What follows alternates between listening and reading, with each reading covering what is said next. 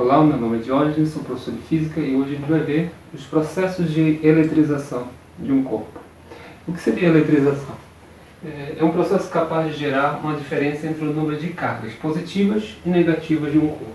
Ou seja, você pode pegar um corpo neutro, que tem número de prótons igual ao número de elétrons, e torná-lo carregado eletricamente. Então, o que a gente já tinha definido antes, um corpo neutro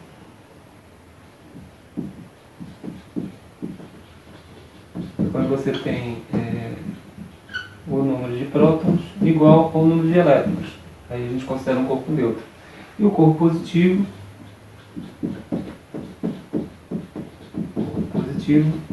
quando você tem o número de prótons maior que o número de elétrons.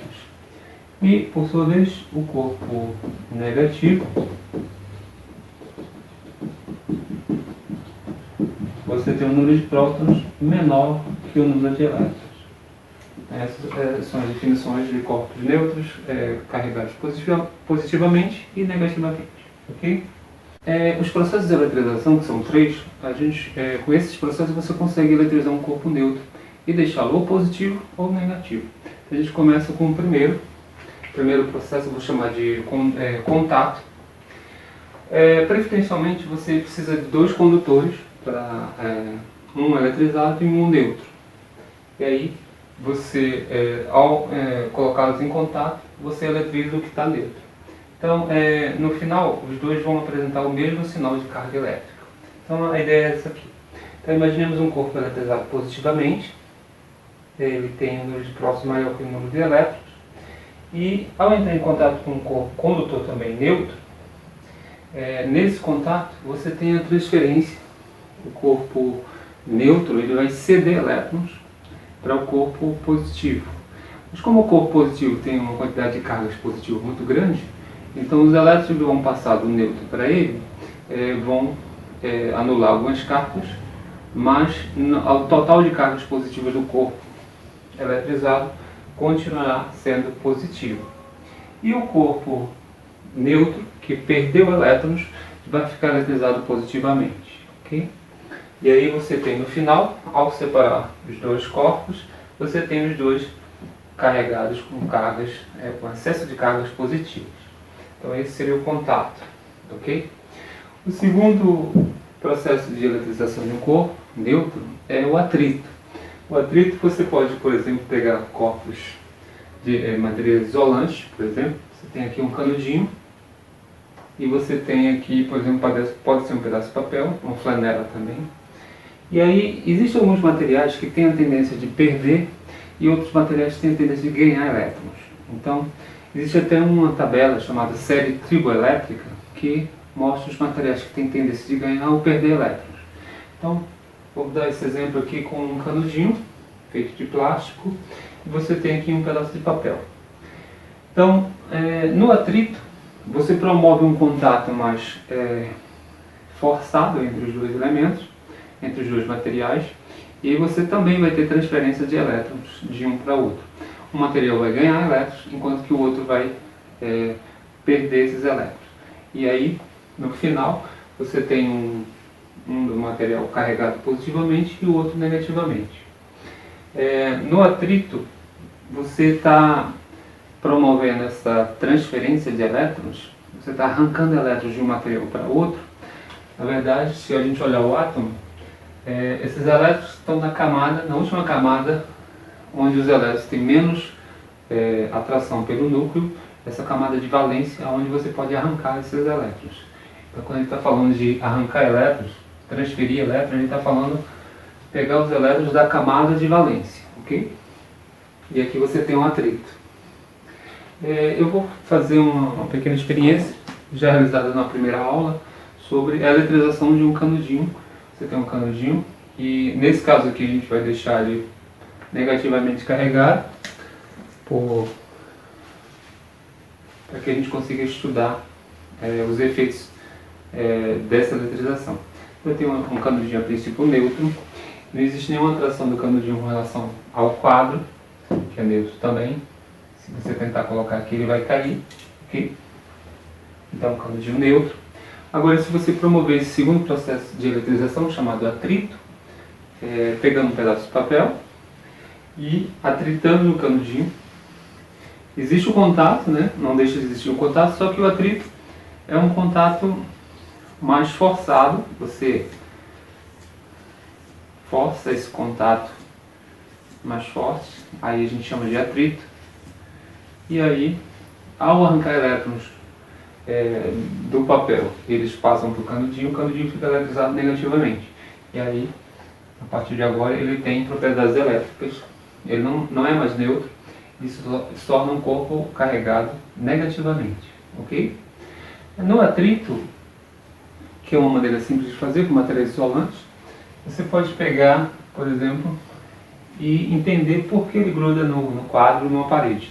Quando você coloca o canudinho na parede ou no quadro, você está considerando que o quadro, né, é um material neutro, mas tem cargas positivas e negativas. Então, na verdade, você está conseguindo polarizar aquela região onde você coloca o canudinho, na parede ou no quadro, e as cargas negativas do canudinho atraem as cargas positivas da parede ou do quadro. Então você tem aí uma polarização.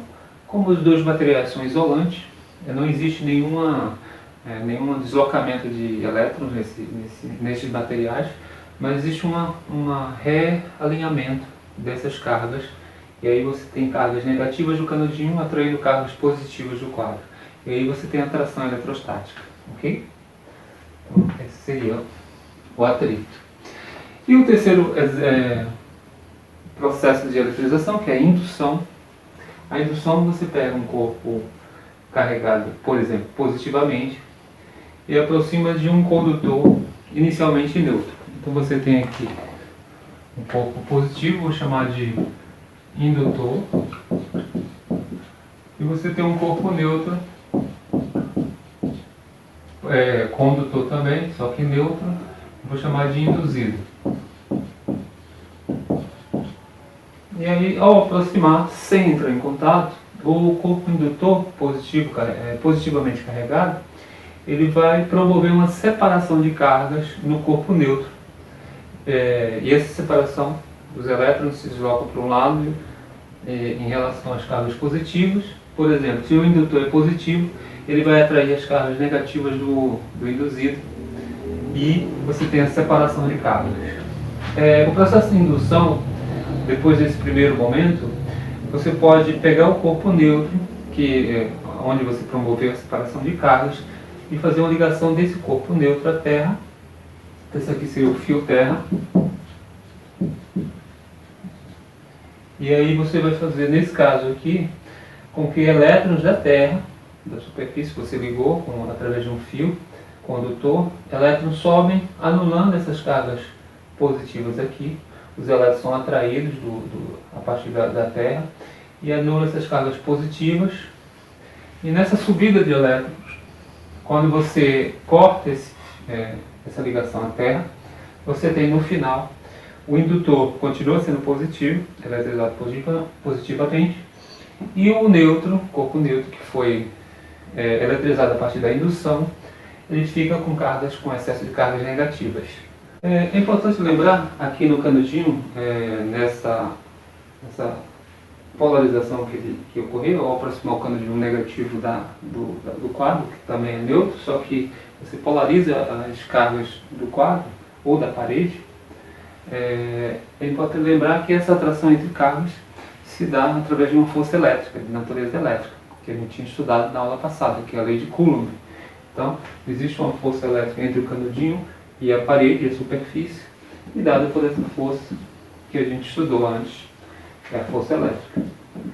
Que no vácuo você tem uma constante, que depende, calculada no meio, que é o vácuo, que é essa força diretamente proporcional ao produto das cargas em módulo e inversamente proporcional ao quadrado de distância entre essas cargas.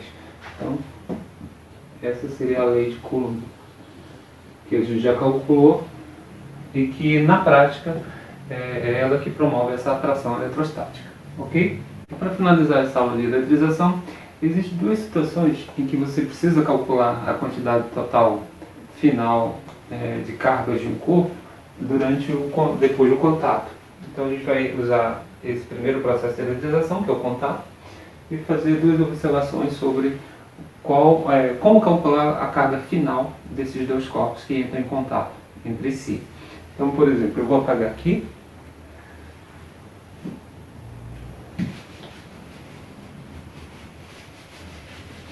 Para esse lado. E a gente vai usar a primeira observação, é que existe, mesmo no contato, não existe nenhuma perda de cargas durante esse processo. Então você pode aplicar o princípio da conservação das cargas elétricas. Então as cargas elétricas se conservam.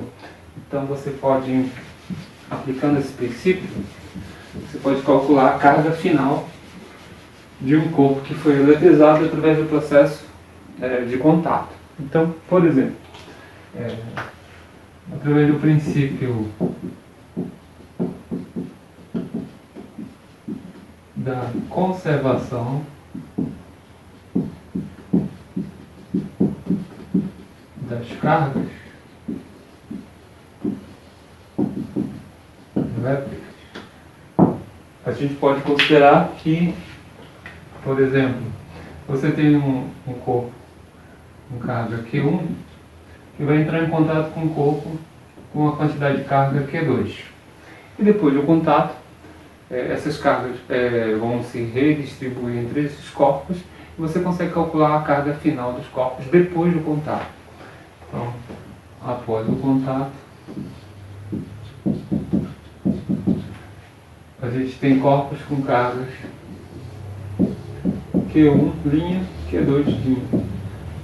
Mas, usando o princípio da conservação das cargas, eu posso dizer que a soma das cargas antes do contato é igual à soma das cargas depois do contato. Então, isso aqui é verdadeiro no caso da eletrização por contato entre corpos diferentes, condutores diferentes. Ok? Então, eu posso aplicar. Isso aqui vai ser importante na realização, na resolução dos exercícios que a gente vai fazer depois na outra aula. Tudo bem? E um outro princípio importante é que quando você tem corpos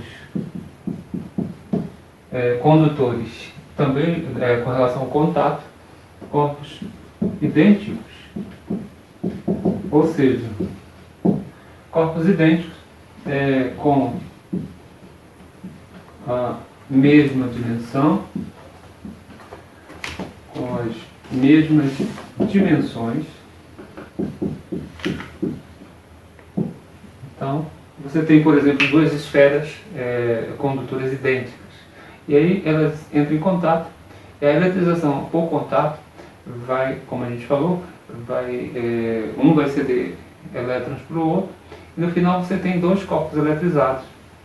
E a gente pode calcular essa carga final somando a carga de cada um no início e dividindo por 2, fazendo essa média aritmética, ok?